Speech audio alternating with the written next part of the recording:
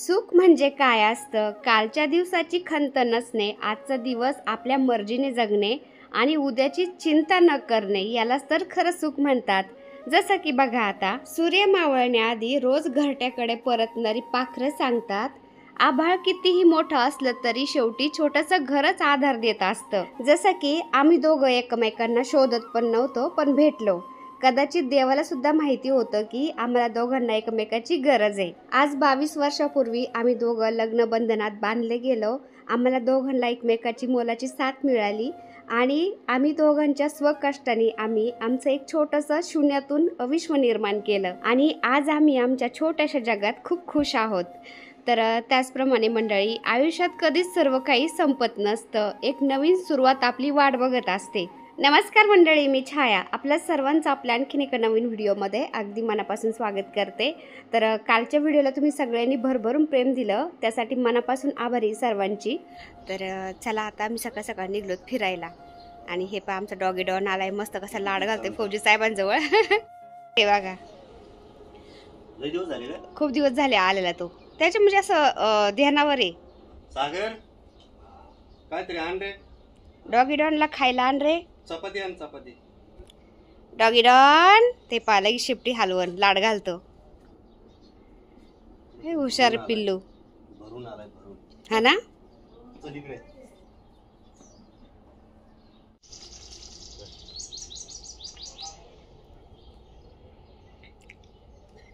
ते पा आधी लाड घालून घेईन ते, नंतर खाईन.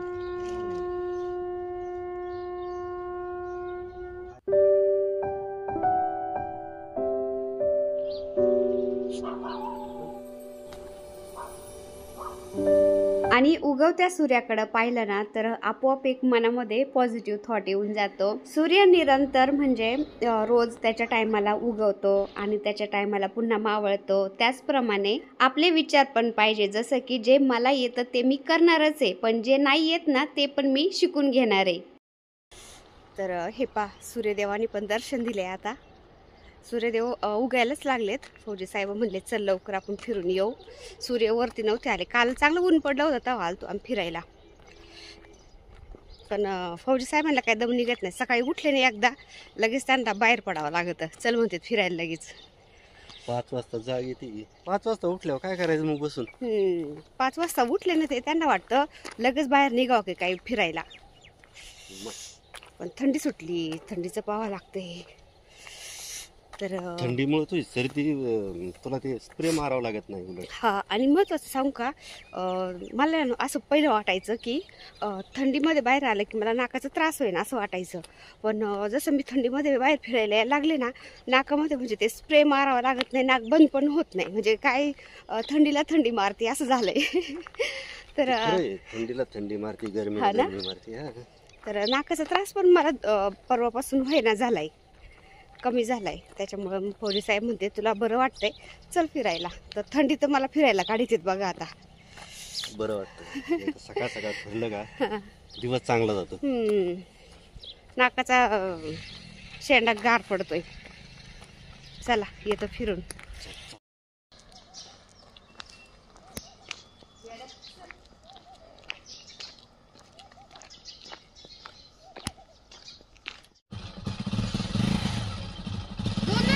दोन जॅकेट घातलेत ना, दोन एका वेळ घातले ना. हा विचारून एवढा जाड कसा दिसतोय.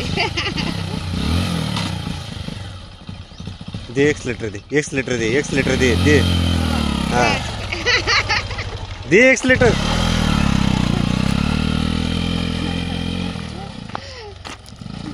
आता आम्ही आलो टेरेसवरती योगा करायला आणि रोजच्या प्रमाणे सूर्याची किरणं हलके हलके चोपाळ्यावरती पडायला लागले होते. आता हळूहळू टेरेसवरती ऊन येईन आणि मग बरं वाटतं. तसं आम्ही फिरून आलेलो असतो ना तर शरीर गरम झालेलं असतं ना, मग थंडी नाही वाजत. फक्त बाहेर पडूपर्यंत आपल्याला वाटतं की खूप थंडी आहे, पण एकदा आपण फिरायला लागलो, शरीर गरम झालं ना, मग अजिबात थंडी वाजत नाही. आणि टेरेसवरती झाडं झुडं ते झाडाची फुलं पाहून खूप छान वाटतं आणि त्यामध्ये पाखरांचा चिवचिवाट चालू राहतो. आणि शांत वातावरण असतं ना, तर मग शांत वातावरणामध्ये मस्त असा आमचा योगा झाला जातो आणि थोडंफार असं मेडिटेशन पण झालं जातं. तर आम्ही योगा करतो आणि योगा झाल्यानंतर मग आम्ही थोडं बसतो आणि आकाश नाही तर मग सागर दोघातून एक जण मग आम्हाला टेरेसवरती चहा कॉफी आणून देते. तर आम्ही चहा कॉफी घेतो आणि रोज मग काही ना काही आम्ही टेरेसवरती काम करतो. जसं की पहिल्या दिवशी आम्ही टेरेसची साफसफाई केली होती. त्यानंतर फौजी साहेबांनी चुलीला टेरेकोटा कलर दिला होता आणि काल पण योगा झाल्यानंतर मी 2 पायला दळण केलं होतं. त्यानंतर मग खालचं सगळं आवरलं होतं. त्यानंतर आज पण आम्हाला थोडंसं टेरेसवरती काम आहे. तर असं सकाळी 5 वाजता उठल्यानंतर थंडी वाजते ना, मी स्वेटर घालते, घरातलं थोडंफार काम करते 6 वाजेपर्यंत. 6 वाजता आम्ही फिरायला जातो, 6 सव्वा 6ला आणि तिथून आल्यानंतर मग आम्ही योगा वगैरे करतो आणि योगा वगैरे झाल्यानंतर मग बाकीचं उरलेलं वरचं काम होतं. म्हणजे झाडाझुडांचं जे काही असेल ते असं बाहेरचं पोर्चमधलं, त्यानंतर टेरेसवरचं असं काम होतं. त्यानंतर मग आम्ही खाली गेलो ना, मग स्वयंपाक पाणी हे बाकीचं कामं होतात. तर असं आहे. नाही तर मग थंडी म्हणलं ना, मग बाकीचे कामं राहून जातात आणि मग ते उशीर होत गेला की कामं होतच नाही. शेवटी तो दिवस येतो कसा आणि जातो कसा कळतच नाही. तर काल 1-2 ताईच्या कमेंट होत्या की ताई तुम्ही योगा करतात, आम्हाला पण थोडीशी माहिती द्या. सीझर झालेलं आहे ताई बोलल्या आणि सीझर झाल्यानंतर ते पोट वाढलेलं आहे म्हणलं, ते काही कमी होतच नाही. तर ते पोट कमी करण्यासाठी काहीतरी सांगा. तर हे पहा ताई, पोट कमी करण्यासाठी ही पण एक्सरसाइज चांगली आहे. आता मी थोडं स्पीड केलं आहे त्याच्यामुळं ते एकदम फास्ट वाटते, पण आपण अगदी हळूहळू करायचं एकदम शांत. आणि कसं आहे ना, 3 सेट मारायचे. 15-15 याचे 3 सेट मारायचे. त्यानंतर थोडं वाढवत जायचं. 20-20 याचे 3 सेट मारायचे. थोडं 2 मिनटं थांबायचं, पुन्हा करायचं. तर असं तुम्ही ते एक्सरसाइज करू शकता. त्यानंतर हे पहा असं खाली झोपायचं आणि त्यानंतर हलके पाय असे वर घ्यायचे, होल्ड करायचे आणि हळूहळू होल्ड केल्यानंतर हळूहळू असे पाय खाली घेऊन जायचे. तर त्याने काय होतं, पोटाला असा ताण पडतो आणि पोटाचे मसल्स मग हळूहळू असे ते कडक व्हायला लागतात आणि मग पोट आपलं कमी होतं. तर आता दिवाळी दसऱ्यापासून मी असं जास्त हार्ड एक्सरसाइज केलेलीच नाही आहे. माझं पण थोडंफार पोट दिसतंय आता. जसं आपण एक्सरसाइज बंद करू ना, ते पुन्हा आपले मसल्स वाढायला लागतात, पोट दिसतं असं होतं. तर कंटिन्यू आपण असं केलं पाहिजे. काही कारणाने किंवा काही काम असलं तर आपण ते मध्ये स्किप केलं तरी पण चालतं, पण पुन्हा आपण ते करत राहायचं. कारण आपलं शरीरच आपली प्रॉपर्टी असती. कारण शरीर जर खराब झालं ना, तर कितीही पैसा घातला तर ते काय रिपेअर होत नाही. टेम्पररी रिपेअर होतं फक्त ते. त्यामुळं आपलं जे ओरिजिनल शरीर आहे ना, त्यालाच आपण जपायचं. तर असं आपण थोडीफार एक्सरसाइज करायची. सकाळ उठल्यानंतर स्वतःसाठी अर्धा 1 तास देत जायचा ताईंनो. तर आपण चांगलं तर आपलं घर परिवार पण एकदम व्यवस्थित राहतं. तर तुम्ही बघू शकता आता हे जे मी तुम्हाला दाखवते आहे ना, तर हे सगळं पोटाची एक्सरसाइज आहे बरं का. खाली झोपल्यानंतर आपण ते पाय वरती करायचे, होल्ड करायचे, हळूहळू खाली घ्यायचे. त्यानंतर पाय असे फोल्ड करून दोन्ही टाचांना टच करण्याचा प्रयत्न करायचा. तर त्याने काय होतं, पोटावर ताण पडतो आणि पोटाचे मसल्स मग कडक व्हायला लागतात आणि आपलं पोट एकदम फ्लॅट होतं, पोट वाढत नाही. तर मी तुम्हाला हे सगळं दाखवते ना, याचे 3-3 सेट मारायचे बरं का. आधी 10-10चे मारा तुम्ही, त्यानंतर 15-15चे, त्यानंतर 20-20चे, असं तुम्हाला जसं सहन होईल तसं तुम्ही 3-3 सेट मारायचे. तर असं सकाळ आपण स्वतःसाठी अर्धा 1 तास दिला ना, तर आपण एकदम व्यवस्थित राहतो. कारण कसं आहे ना, देवाने आपल्याला जे शरीर दिलं आहे ना, ते खूप छान दिलं आहे. कारण बिना पैशाचं शरीर दिलेलं आहे. त्यामुळं आपलं जे शरीर आहे ना, त्यालाच आपण जपायचं आणि व्यवस्थित ठेवण्याचा प्रयत्न करायचा. कारण आपण चांगले तर आपलं घर परिवार पण चांगलं राहतं. आणि हे सगळं मी माझ्या अनुभवावरून तुम्हाला सांगते बरं का. तर फौजी साहेब फौजमध्ये असताना 2 मुलांना घेऊन मी एकटी राहायचे ना केडगावमध्ये. तर आई नाही, बाई नाही, कोणी समजून घ्यायला नाही. तर खूप विचार करायचे मी आणि त्यामुळं सारखी आजारी पडायचे. माझे भरपूर ऑपरेशन पण झालेले आहेत. तर हे शरीराचा प्रॉब्लेम नसतो, तर ते आपल्या मनाचा प्रॉब्लेम असतो. आपण विचार करतो आणि ते दुखणं आपोआप आपल्या म्हणजे शरीरामध्ये क्रिएट झालं जातं. जसं की थोडं दुखणं आलं ना, मी काय म्हणायचे, आता माझ्या मागं पुढं कोणीच नाही फौजी साहेब फौजमध्ये आणि माझे लेकरं लहान आले, तर मला जर काय झालं तर माझ्या लेकरांचं कसं व्हायचं, काय व्हायचं. तर मी अजून घाबरायचे आणि घाबरून मग ते आजारी पडायचे. मग काही ना काही ते दुखणं उद्भवायचं. तर असं व्हायचं ताईंनो. म्हणजे जे वैरी चितत नाही ते आपलं मन चितत असतं. ते मनावर सगळं डिपेंड असतं. जसं की बघा, आता फौजी साहेब रिटायर आल्यानंतर माझी तब्येत एकदम व्यवस्थित झाली. नाही तर तोपर्यंत माझी तब्येत म्हणजे माझं वजन किती होतं ताईंनो सांगू का? माझं तब्येत फक्त 35 ते 40 किलो वजन होतं माझं. पण फौजी साहेब रिटायर आल्यानंतर मी एकदम निवांत राहायला लागले. कसली काळजी नाही, कसलं काहीच नाही. खाऊन पिऊन निवांत राहायला लागले ना, तर तब्येत माझी आपोआप चांगली व्हायला लागली आणि तेव्हापासून माझी तब्येत चांगली झाली ना, आतापर्यंत काही खराब झाली नाही. तर असं आहे ताईंनो, मनावर पण खूप डिपेंड असतं. मन चांगलं तर सगळं चांगलं. आणि मग फौजी साहेब फौजमध्ये होते त्यावेळेस मी सारखे आजारी पडायचे आणि त्यानंतर फौजी साहेब रिटायर आल्यानंतर मी काळजी करणं सोडून दिलं ना, माझं दुखणं भाणं कुठं गेलं मग ते ऑपरेशन हे ते सगळं म्हणजे गायबच झालं. आणि छोटं मोठं दुखणं हे काय आपलं नॉर्मल आहे, सर्दी खोकला पडसं हे तर आपल्याला ते सगळ्यांनाच होतं, हे ते तर नॉर्मल आहे. तर असं होत राहतं, पण बाकीचं नाही काही देवाच्या कृपेने. तर असं आहे आपलं म्हणजे मनावर खूप डिपेंड असतं. काळजी करायची नाही, निवांत राहायचं, काम करत राहायचं. कामाने काही माणसं मरत नाही. मी तर रात्रंदिवस कामं करते ताईंनो, काय सांगायचं. पहाटे 5 वाजता उठल्यापासून मी रात्रीचं 12-1 वाजेपर्यंत जागी राहते. कारण घरातली कामं, आपलं व्हिडिओचं काम, एडिटिंग, त्यानंतर बाकीचे आपले यूट्यूबचे रिप्लाय, फेसबुकचे रिप्लाय, इंस्टाग्रामचे रिप्लाय, तर एवढं मला सगळं मॅनेज करावं लागतं.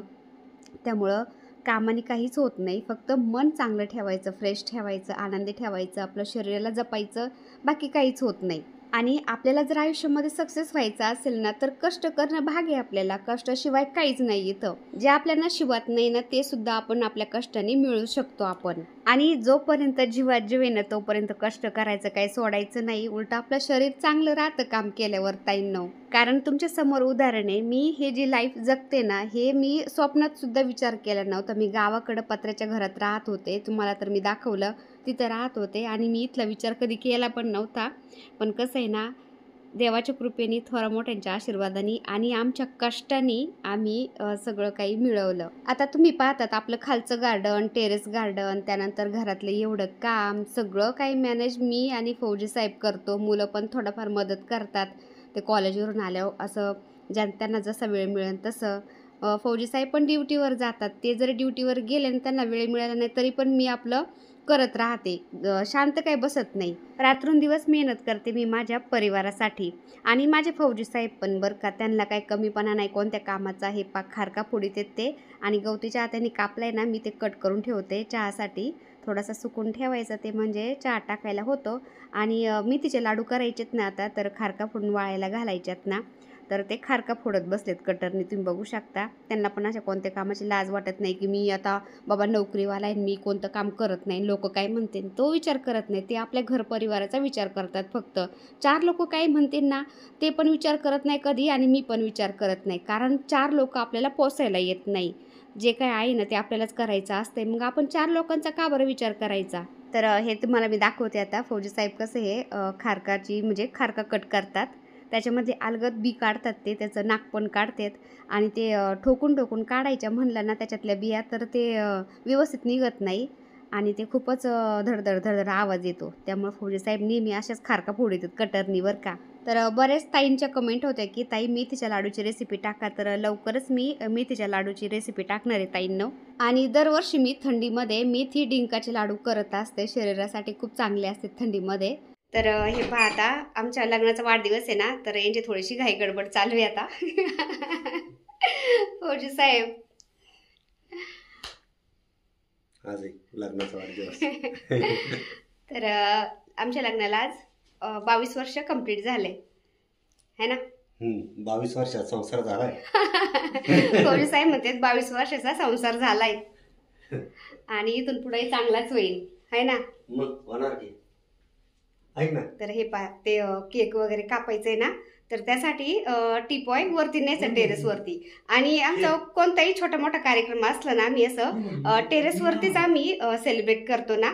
तर त्यांना ते टीपॉय टेरेस वरती न्यायचं आहे. आता टेरेस वरती छान वाटतं. ते म्हणले टेरेस वरतीच आपण केक कापू. म्हणलं चला, ते पण घ्या, हे पण घेऊन. हो ते पण घ्या मग, चला चला. आणि ही लग्नाच्या वाढदिवसाची साडी घातली बरं का मी. ब्लाऊज पण शिवून झालाय आणि फौजी साहेब ते मला न सांगता ते सकाळी घेऊन पण आले ब्लाऊज. राजू साहेब मग चला घ्या.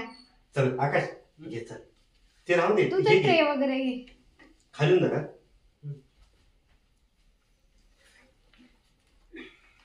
गुड, शाबास. हळू शाबास राजू साहेब, हळू घेऊन जा. हे पा, फौजी साहेबांनी चालवली वरती ते ट्रे वगैरे. हो आले आले. ते सुंदर ते नाही आल्या, निघलेत का. तर माझी भाची आणि भाचे जावई ते पण येऊ राहिलेत, भाचा पण येऊ राहिलाय.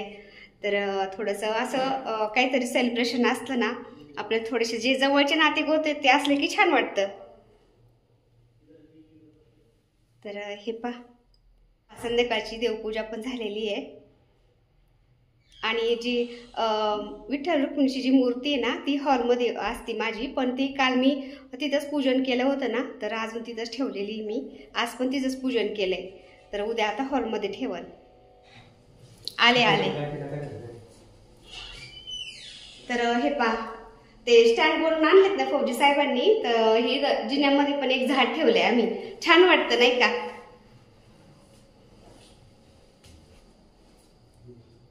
आणि हे पहा, इथे एक स्टँड ठेवलंय. इथं मनी प्लांटची एक छोटी कुंडी ठेवली.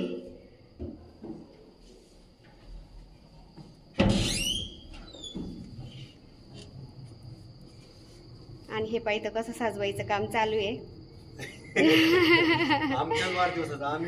हा, ते सांगणारच आहो.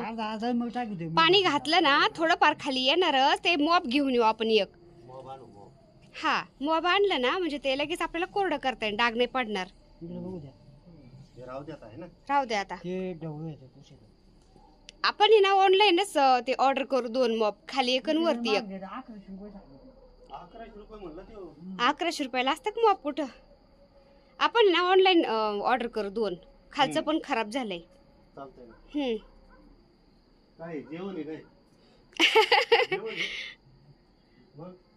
इथंच केक कापायचं म्हणलेत. तर आकाशने फौजी साहेबांनी त्यांनी हे पहा, इथं टिपॉय आणलाय, असं सजवून ठेवलंय.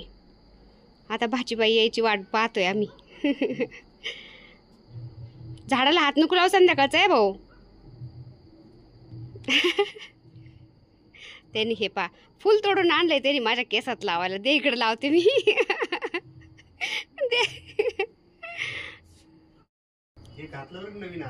हा, नवीन जॅकेट घातलं त्यांनी आज.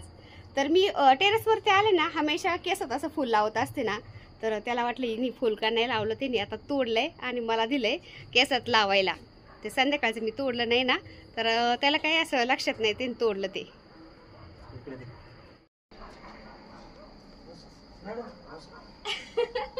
मॅडम बसा म्हणतोय. ए भाऊ, पुढे पुढे एवढं मोठं झाकण घेऊ. हा, ते लागलं तर गणू आले खाली. त्याला म्हणा काय द्यावा, किती थंडी. शूटर ती घेऊन येणार होती. शूटर साडी ती येता पंक्चर झाली गाडी. साडी नाही घालू, जॅकेटच घाला आता. साडी राहील. तर फौजी साहेबांनी दुपारी भाजीबाईला फोन केला की आमच्या लग्नाचा वाढदिवस आहे, संध्याकाळी या, आपण छोटंसं सेलिब्रेशन करू. तर भाजीबाई ऑलरेडी केडगावमध्ये होत्या, बाजारामध्ये कांद्याची पाते विकायला आलेल्या होत्या. तर म्हणल्या संध्याकाळी तुमचे जावई येणार आहेत मला घ्यायला. तर फौजी साहेब म्हणले बाजारातून तू तशीच आता घरी ये म्हणले, सागरला तुला घ्यायला पाठवतो. आणि फौजी साहेबांनी जावईंना फोन करून सांगितलं की तुम्ही डायरेक्ट घरी या आता.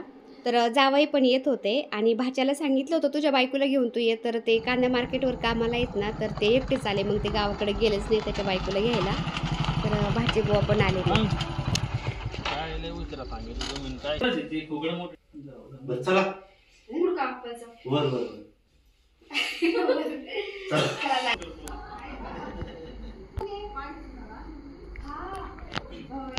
पांढरी झाड केवढ्याला आहे? 450 रुपयाला एक. खाली आता भेटत नाही बरं ते झाड. भेटत नाही झाड.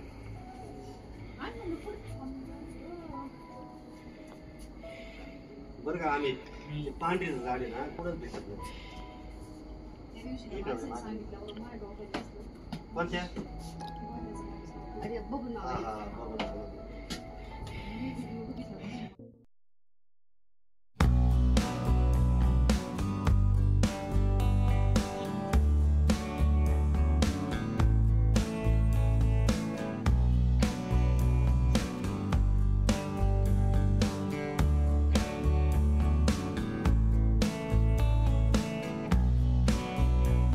तर आमच्या लग्नाचा वाढदिवस असू द्या किंवा घरातल्या कोणाचा पण बड्डे असू द्या, तरी पण आम्ही एकदम असं साध्या सिंपल पद्धतीने छोटंसं सेलिब्रेशन करत असतो. तर आज पण आम्ही असा केक कट केला होता फक्त आणि घरी जेवण बनवायचं होतं, पण फौजी साहेब बोलले नेहमीच घरी बनवते तू, तर आजच्या दिवस आपण हॉटेलला जाऊ. तर मग हॉटेलला जायचं ठरलं. मग केक कट केल्यानंतर सगळ्यांना केक खाऊ घातला आणि त्यानंतर निघलो आम्ही सगळेच मग हॉटेलमध्ये जेवण करण्यासाठी.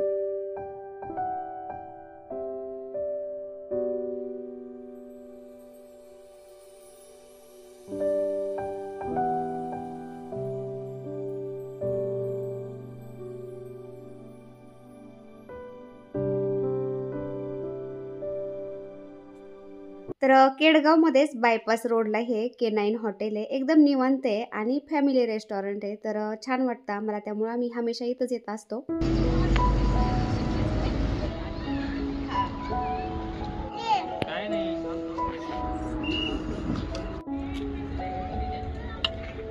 तर हॉटेलमध्ये गेल्यानंतर आम्ही बसलो होतो, स्नॅक वगैरे मागवलं होतं फौजी साहेबांनी आणि तितक्यात आपल्या एक सबस्क्रायबर ताई भेटल्या मला. त्यांनी मला ओळखलं, जवळ आल्या आणि म्हणल्या छायाताई का तुम्ही? म्हणलं हो. तर त्या बोलल्या मी तुमचे व्हिडिओ पाहते. तर असं कोणी भेटल्यावर खरंच खूप छान वाटतं. आणि त्यांचा मुलगा आहे हा खूप गोड आहे, तो पण हाय हॅलो करत होता. तर त्यांच्याशी मी बोलले. त्यानंतर मग आम्ही सगळ्यांनी जेवण केलं आणि जेवण झाल्यानंतर निघलो मग घरी. झाले तर बहीण भाऊ लगेच होतून भेटले त्याच्यामुळे थोड्या गप्पा चालल्या. गप्पा चालत नाही का? हा काय झालं? हा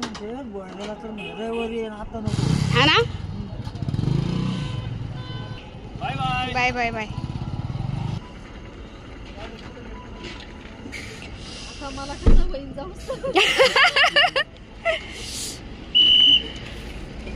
तुम्ही आता स्वेटरची चेन लावा, स्वेटरची चेन लावा आणि स्कार्फ बांधा चांगलं. तर जेवण झाल्यानंतर भाचीबुवा पण गेले आणि मग जावई आणि भाचीबाई ते पण निघले होते. तर थंडी खूपच वाढली ना, तर त्यांना म्हणलं स्कार्फ वगैरे बांधून एकदम पॅक होऊन जा. तर मग ते पण गेले आणि आम्ही पण निघलो मग घरी जाण्यासाठी. तर लग्नाच्या वाढदिवसाचं अगदी साधे सिंपल पद्धतीने आम्ही सेलिब्रेशन केलं.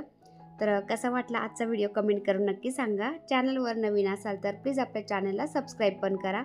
चला तर भेटूया पुन्हा अशाच एका छानशा व्हिडिओ बरोबर. तोपर्यंत बाय. व्हिडिओ पूर्ण पाहिला त्यासाठी मनापासून आभारी आहे सर्वांची. सर्वांना श्री स्वामी समर्थ.